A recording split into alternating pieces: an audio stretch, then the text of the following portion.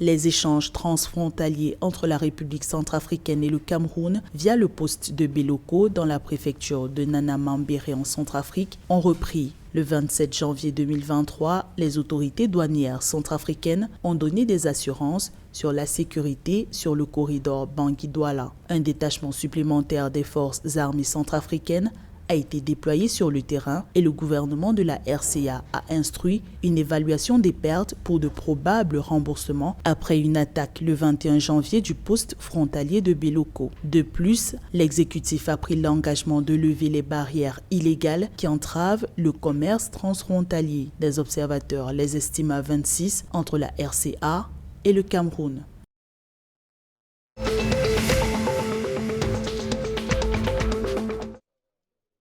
C'est porteur d'un message de paix et de réconciliation que le pape François effectue une visite officielle en République démocratique du Congo. Arrivé dans le pays le 31 janvier 2023 pour un séjour de 4 jours, le souverain pontife a placé son 40e voyage apostolique sous le thème « Tous réconciliés en Jésus-Christ ». Présent en RDC jusqu'au 3 février 2023, le pape François rencontrera des victimes des conflits dans l'est du pays. Il a dit une messe au stade des martyrs de la Pentecôte de Kinshasa d'une capacité de 80 000 places le 1er février 2023. La capitale congolaise reçoit pour la première fois en 38 ans la visite d'un souverain pontife après celle du pape Jean-Paul II en août 1985.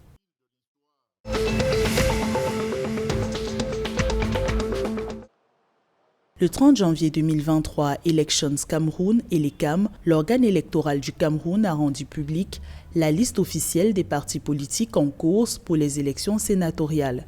Il s'agit du Rassemblement démocratique du peuple camerounais au pouvoir, du Social Democratic Front, de l'Union des populations du Cameroun ou encore du Parti camerounais pour la réconciliation nationale. Le Parti Jeunesse démocratique du Cameroun, une branche de l'UPC, fait son entrée dans l'arène politique en vue des sénatoriales du 12 mars 2023. Le calendrier électoral prévoit que le dépôt des requêtes du contentieux des candidatures est prévu du 12 au 14 février 2023. Ces recours seront examinés par le Conseil constitutionnel le 16 février 2023.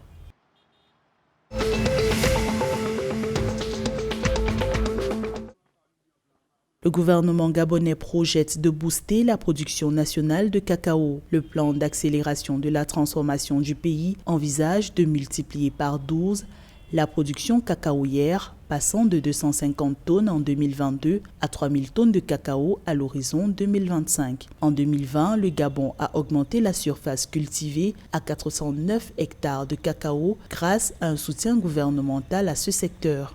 Des chiffres du ministère gabonais de l'Agriculture révèlent que l'or brun fait vivre environ 3000 cultivateurs. L'objectif de l'exécutif est de permettre à 1000 autres jeunes de renoncer à l'exode rural grâce à la cacaoculture.